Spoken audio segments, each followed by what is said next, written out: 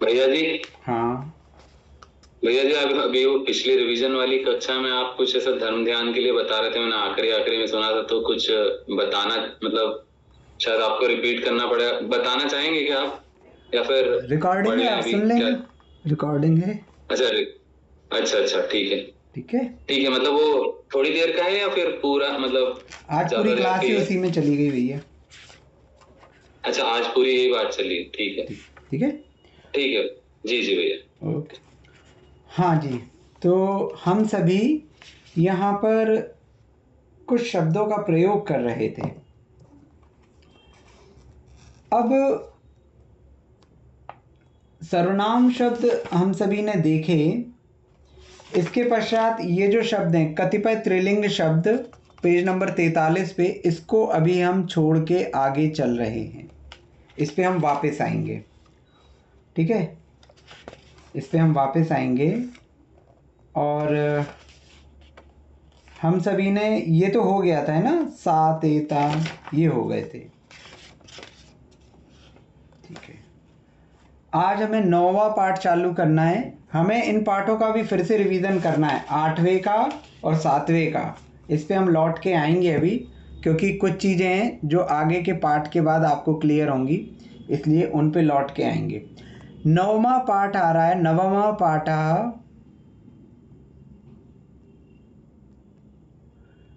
एक चीज पूछना चाह रहा हूँ, हम पढ़ते जा रहे हैं, नवमा पाठा हैं, अष्टमा पाठा। तो आप देख रहे हैं नवमा में भी प्रथमा का एक वचन है और पाठा में भी एक वचन है प्रथमा का।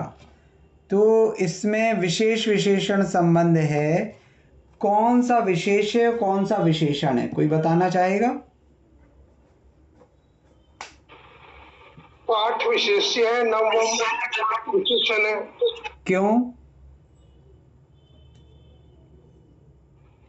पाठ की विशेषता बता रहा है कि 8वां है, 9वां है। बहुत बढ़िया, बिल्कुल सही है कि पाठ तो बहुत सारे हैं हमारे पास, 11-12 पाठ है, लेकिन ये पाठ की विशेषता बता रहा है कि ये 9वां पाठ है, ये 8वां पाठ है। तो पाठ विशेष्य है और 9वां विशेषण है। ठीक है। क्लियर है सभी को?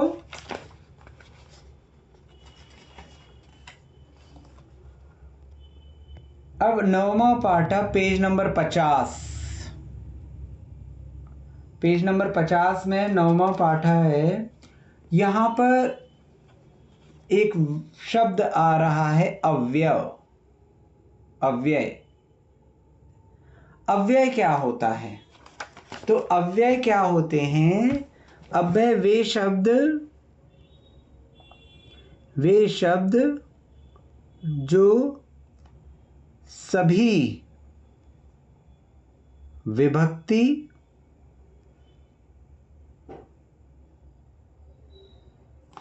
वचन एवं लिंग में एक समान होते हैं।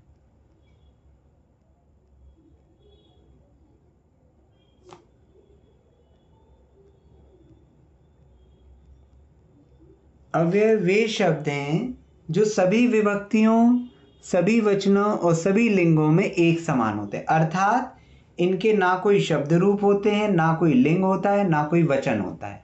कभी भी इनका प्रयोग होगा तो जैसा है वैसा ही होगा। जैसे उदाहरण के लिए मैंने कहा अद्य। अद्य, अद्य का अर्थ होता है आज। ठीक है। तो आज शब्द का कहीं भी प्रयोग होगा तो आपको अद्य लिखना है। इसमें ना कोई विभक्ति लगेगी, ना कोई वचन होगा, ना कोई लिंग होगा। ठीक है। मैं मंदिर जाता हूँ। अहम मंदिरम गच्छामि। अहम मंदिरम गच्छामि। मैं आज मंदिर जाता हूँ तो अहम अद्य मंदिरम गच्छामि। मैं आज मंदिर जाऊंगा। ठीक है। तो अद्य का प्रयोग जहां भी हम आज का प्रयोग करेंगे वहां पे अद्य लग जाएगा। मैं आज खेलता हूं, अहम अद्य क्रीडामि। ठीक है। तो ऐसे कई सारे अव्यय शब्द हैं, जैसे पेज नंबर 50 में आप लोग देखेंगे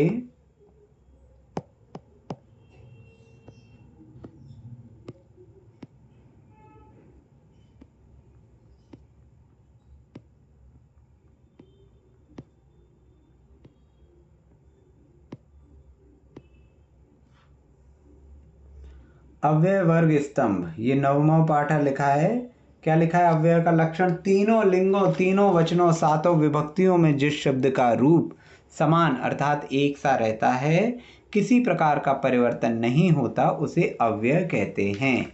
अव्यय शब्द की उत्पत्ति कैसे हुई है? तो व्यय, व्यय का अर्थ क्या होता है? खर्च होना। खर्च होना अर्थात परिवर्तन होना, है ना। अब व्यय का नकारात्मक क्या हो जाएगा? तो आ जुड़ जाएगा, तो अव्यय अर्थात खर्च नहीं होना, परिवर्तन नहीं होना, इसीलिए उसको अव्यय कहते हैं।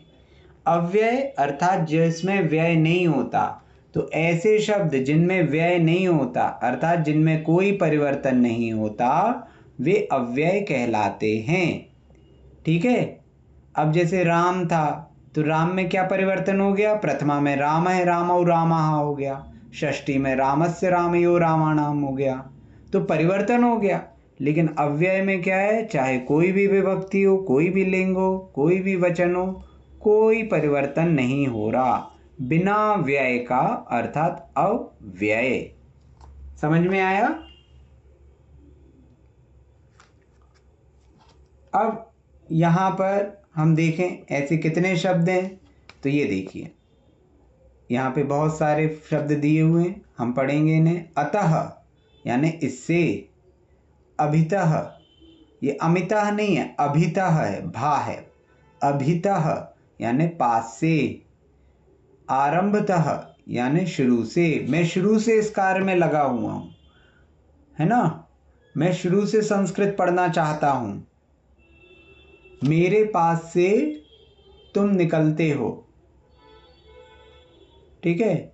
इतः यहां से, यहां से मंदिर कितना दूर है? यहां से कहां जा रहे हो? तो इतः यहां से, एकतः एक से। कुतः कहां से, तुम कहां से आ रहे हो? तुम कहां से पुस्तकें ला रहे हो? ठीक है। ततः वहां से या उस कारण से। परितः चारों ओर से। ठीक है। सेना ने महल को चारों ओर से घेर लिया। मंदिर के चारों ओर, मंदिर चारों ओर से, मंदिर चारों ओर से वृक्षों से घिरा हुआ है। ठीक है। बाह्यतः बाहर से। यतः जहां से। सर्वतः सब से। अत्र यहाँ, अन्यत्र कहीं और कहीं। अमुत्र परभव में। इतरत्र अन्य समय में।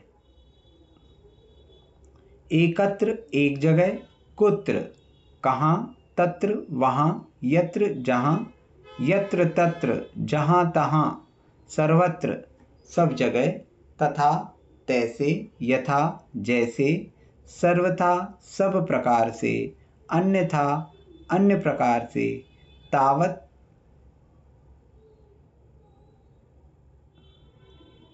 ये उतना होना था, तितना लिखा हुआ है, उतना। यावत जितना। ठीक है। अब हम पहले इन शब्दों को प्रयोग करते हैं। एक बार फिर भैया जी शायद अध्याष्टक स्तोत्र में अद्य आता है, अद्य तो में मे का सफलम अर्थ क्या है? जन्मम। अद्य मतलब आज होता है। हाँ, अद्य में सफलम जन्म, यही है ना अद्याष्टक तो, है ना? हाँ, यहीं से शुरू होता है ना। तो जी जी। मे का मतलब क्या है? बहुत अच्छा लिखा। यूं तो मेरा बोलते हैं कि आज मेरा जन्म सफल हो गया। हाँ, तो मेरा तो मे के लिए मम आता है, मतलब मे तो कोई शब्द नहीं, तो वो क्यों लिखते? अरे कैसी बात कर रहे हो आप? अपन ने, हम सभी ने अस्मत् के रूप पढ़े थे। हाँ, अहम आवाम वयम। हाँ, तो उसमें मे शब्द बताया था हमने। किसी को याद है? दीपक भैया आप बताएंगे? मैं आवाम वयम। अच्छा जी भैया, कि जो विशेष बताए थे कि अपन बाद में उपयोग करेंगे। क्या बोल रहे ध्यान आ गया। बाद में करेंगे उपयोग, वो एक नियम होता है जिसमें में वगैरह उपयोग करते हैं। हैं? उस समय हमने बताया था द्वितीया में, चतुर्थी में और षष्ठी में, षष्ठी में। है ना? क्या बताए थे? जी, क्या उसमें बताया बताया था? था। हाँ जी, द्वितीया में माँ, चतुर्थी में मे, षष्ठी में मे।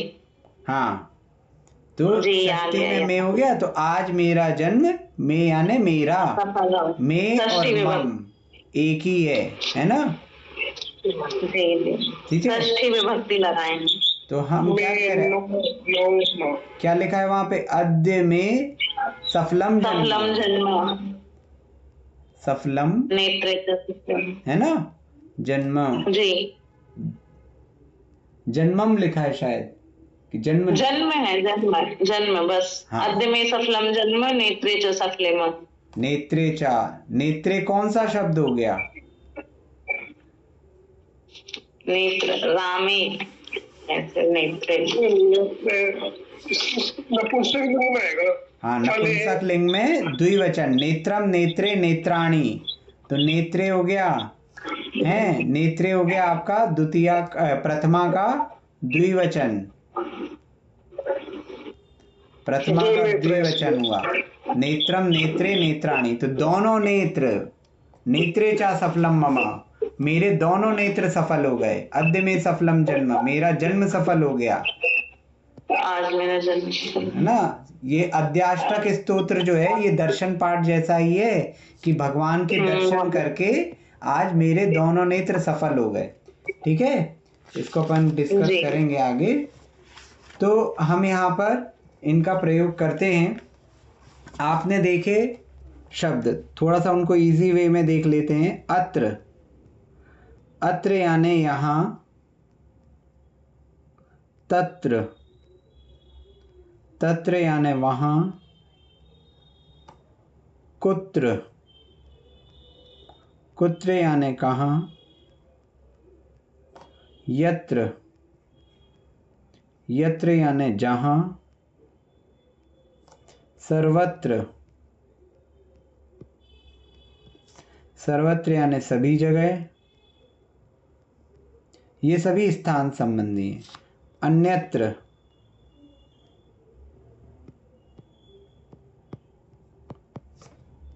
अन्य जगह, अपन कहते हैं ना अन्यत्र चलिए, तो अन्य जगह, अन्य स्थान पे।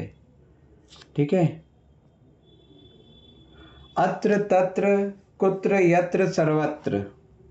ठीक है, तो ये सब यहाँ, वहाँ, कहाँ, जहाँ, सभी जगह, अन्य जगह। इसी प्रकार यदा, तदा, कदा, यदा यानी जब, तदा यानी तब, ये समयवाची हो गए। तदा यानी तब, कदा यानी कब।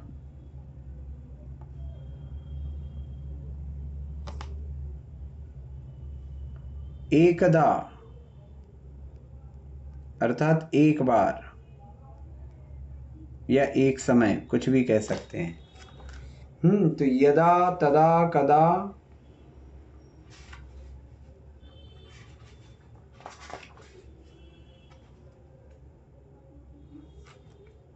ये अभी आपके यहाँ पे नहीं आए हैं। ठीक है, कोई बात नहीं।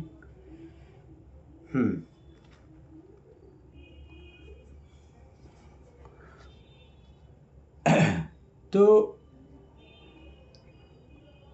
यत्र तत्र हो गए।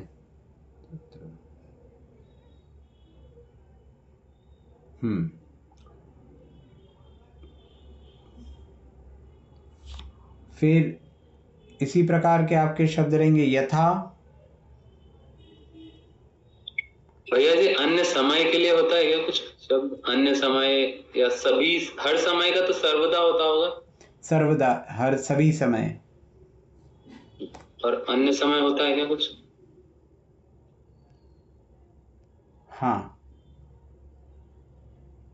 सभी समय ना कह के उसको सर्वदा को कहेंगे हमेशा।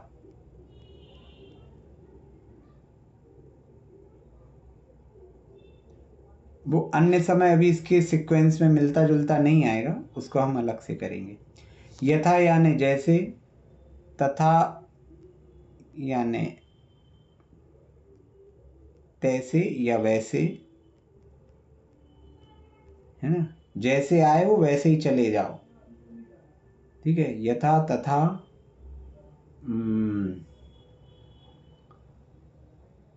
अन्यथा।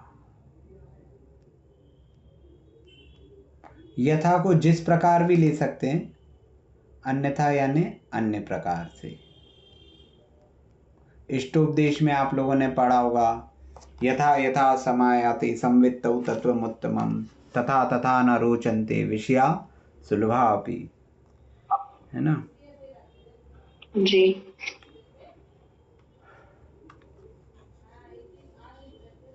यावत और तावत ये तो लिखे ही हैं, जितना और उतना। तो अब इनका प्रयोग कैसे होगा? तो जैसे हम अभी ये अत्र तत्र कुत्र यत्र सर्वत्र और अन्यत्र इनका प्रयोग करते हैं। त्वं गच्छसि, तो त्वं गच्छसि तुम जाते हो। त्वं कुत्र गच्छसि, त्वं कुत्र गच्छसि तुम कहाँ जाते हो। तो फिर वह उत्तर देगा अहम मंदिरम गच्छामि।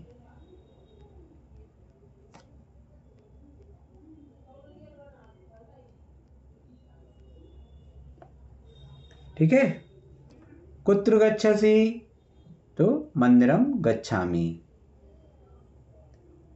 फिर मैं कहता हूं अहम तत्र गच्छामि। मैं, तत्र यानी क्या हो गया? तो तत्र यानी हो गया वहां, मैं वहां जाता हूं। तुम कुत्र गच्छसि तुम कहाँ जाते हो? अहम तत्र गच्छामि मैं वहां जाता हूं।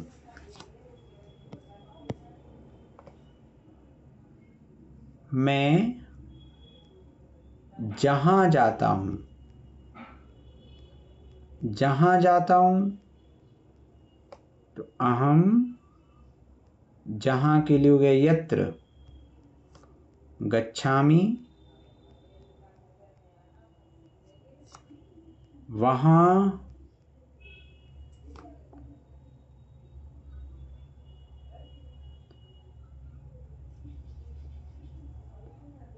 तुम भी वहां जाते हो। मैं जहां जाता हूं तुम भी वहीं जाते हो। तो भी के लिए जो शब्द है, भी के लिए अपि होता है, पहले भी बताया है, ये भी अव्यय है। अपि का अर्थ होता है भी, ये आप लिख लीजिएगा। अव्यय सारे एक अलग पेज में लिखिएगा। मैं जहां जाता हूं अहम यत्र गच्छामि तुम भी वहां जाते हो। तो त्वम अपि वहां, वहां यानी तत्र गच्छसि। अहम यत्र गच्छामि त्वम अपि तत्र गच्छसि, मैं जहां जाता हूं तुम भी वहां जाते हो। ठीक है, समझ में आया?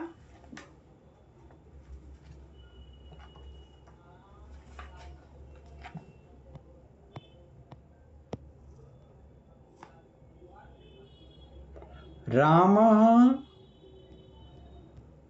कुत्र वसति, राम कुत्र वसति, राम कहाँ रहते हैं, राम कहाँ रहता है, तो रामः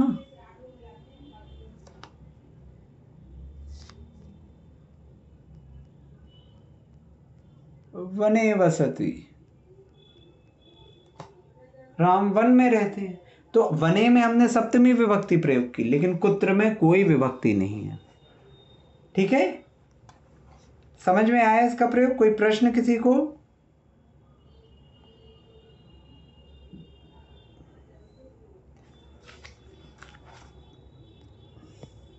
भैया इसमें सेकंड विभक्ति वनम क्यों नहीं आया?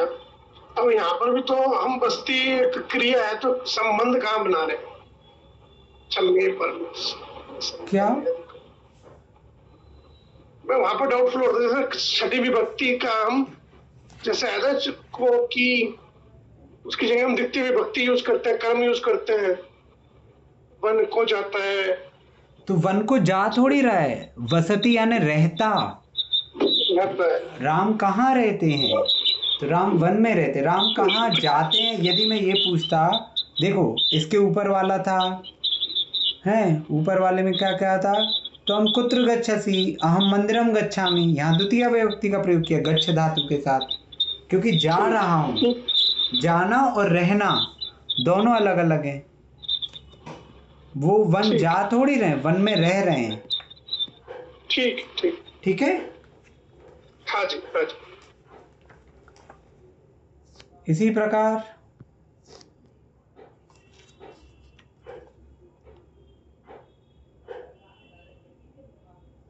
मैं यहाँ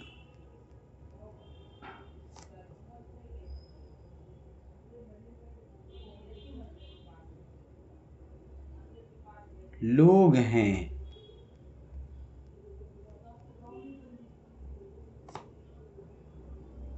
मैं कहीं और जाता हूँ।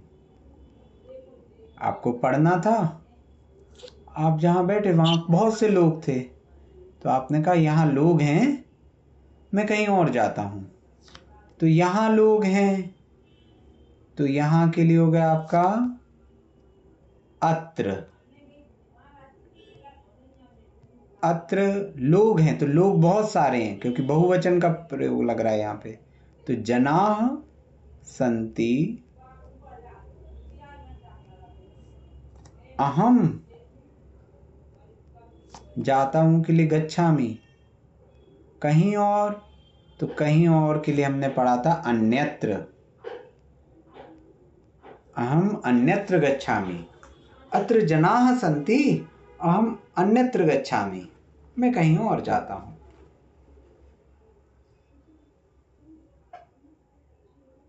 ठीक है,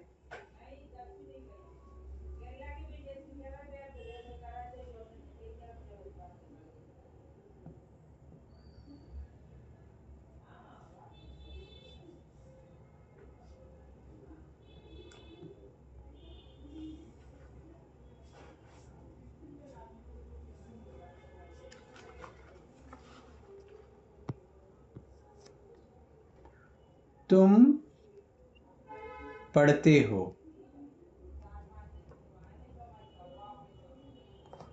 त्वं पठसि। ठीक है, तुम पढ़ते हो, त्वं पठसि। तुम कैसे पढ़ते हो? कोई बच्चा फर्स्ट आ गया, अब आप उससे पूछ रहे भैया तुम कैसे पढ़ते हो, तो तुम कथा पठसि।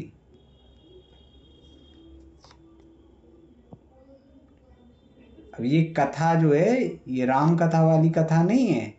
कथा यानी कैसे।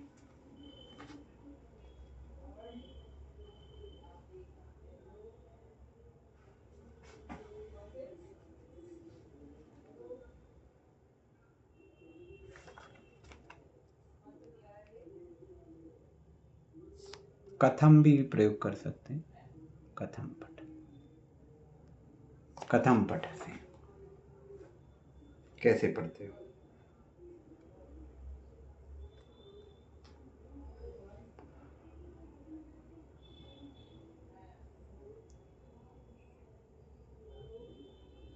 ठीक है,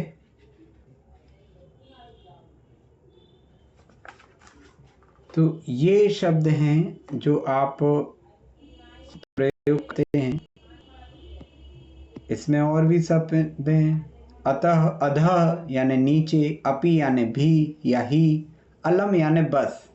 कोई आपको भोजन परस रहा है, किसी ने कहा और सब्जी ले लो, अलम बहुत, बस। अब इसके लिए इत्ते अलम भी बोलते ना, इत्ते अलम तो वही संधि विच्छेद करके होगा क्या? हाँ, इति धन अलम, अब बस हुआ। जैसे आप किसी भी पाठ के अंत में देखेंगे इत्यलम, तो इति धन अलम, ये पूर्ण हुआ, बस हुआ। ठीक है, इति का अर्थ पूर्ण होता? इति का मतलब यह है। अच्छा जी। अलम यानी बस, बस यह अर्थात पूर्ण हो गया, है ना। फिर अहो चित्रम, भैया जी इसमें किम का क्यों दिया हुआ है? हमने किम के रूप पढ़े थे, क्या के लिए ना? हाँ, किम का तो क्या ही है, किमर्थ का क्यों है, ये क्यों यहाँ पे कैसे लिख दिया पता नहीं। किम का क्या ही है, किमर्थम का किस लिए और क्यों, ठीक है, वो उसको क्या कर लीजिए। आम यानी हाँ, अस्तु यानी हो, ठीक है। तथास्तु, तो तथास्तु ऐसा ही हो, तथा यानी जैसा आपने कहा है वैसा, आपने उसमें देखा होगा तथा यानी क्या पढ़ा आपने, वैसा, और अस्तु यानी हो, है ना। तो आपने ये सीरियल्स वगैरह में देखा होगा, उन्होंने उनसे वर मांगा कि मुझे ऐसा वरदान दे दीजिए, और वहाँ देवता ने कहा तथास्तु। तो तथास्तु यानी जैसा आपने कहा है, तथा यानी वैसा, अस्तु यानी वैसा ही हो, वैसा हो, तथास्तु।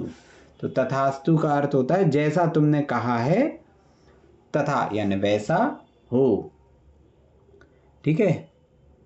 आम यानी हाँ, कोई ने आपसे पूछा फल खाओगे, आम, हाँ। ऊपरी यानी ऊपर, आप तत्वासूत में पढ़ते हैं ऊपरी ऊपरी, तो ऊपर ऊपर स्वर्गों के विषय में जब पढ़ते हैं तो ऊपर। एव यानी ही, एवं यानी इस प्रकार।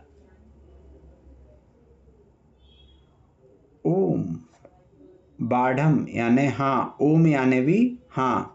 जैसे आपसे किसी ने कुछ पूछा कि आप ठीक हैं, आपका स्वास्थ्य कैसा है, ओम, ओम यानी हाँ अच्छा है। बाढ़म भी बोल सकते हैं। कथम कैसे, यह भी पूछा था ना, कथम कैसे, तो हम कथम पठसी, तुम कैसे पढ़ते हो। किंतु परंतु, किम यानी क्या, इसको सुधार लीजिए, इधर पे क्या लिखिए, होल कर देना तो कर नहीं आएगा वो।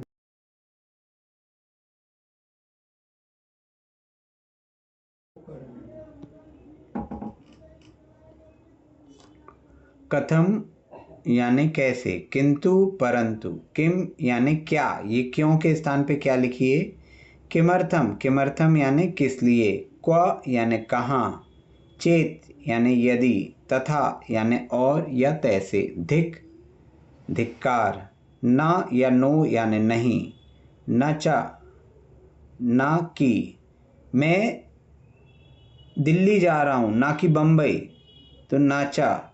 नमः, तुभ्यम नमः, आपने पढ़ा होगा तुभ्यम नमः भक्तामर जी में, तो ये नमस्कार। तुभ्यम, तुभ्यम का अर्थ क्या था, तुम्हारे लिए, नमः नमस्कार, ठीक है।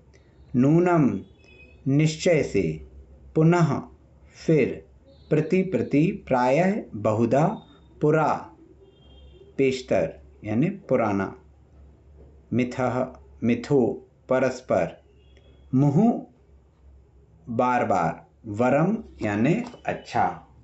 वरम व्रतै पदम दैवम नाव्रतैर्वत नारकम, इष्टोपदेश में आता है, तो अच्छे व्रत, हाँ।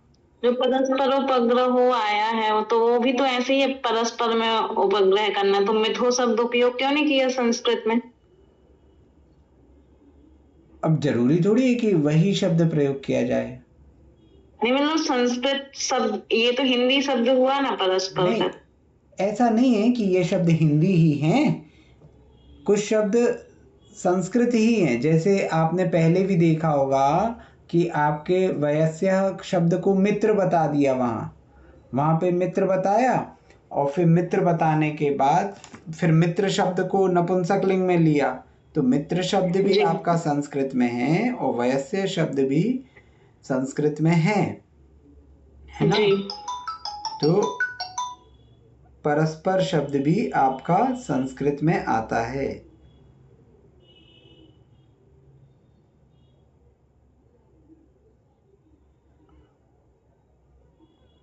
ठीक है। यहाँ पर परस्पर शब्द और मिथ शब्द में अंतर केवल इतना है कि जो आपका मिथ या मिथो शब्द है ये अव्यय है, और परस्पर जो जी। शब्द है वो तीनों लिंग में चलता है। जी भैया। तो परस्पर जो है वो अव्यय नहीं है, इसके रूप चलेंगे तीनों रूपों में। ठीक है। जी तो दोनों में अंतर यहाँ पर है, परस्पर के आप रूप चला सकते हो, मिथ के नहीं। ठीक है। फिर इसके बाद आपके पास है सहसा, अकस्मात, साधु, ठीक, या शाबाश। साधु साधु, किसी को आपको अप्रिशिएट करना है, साधु साधु, किसी ने बहुत अच्छा किया तो आप ताली बजाते हो ना, तो यहाँ पर आप साधु बोल सकते हो।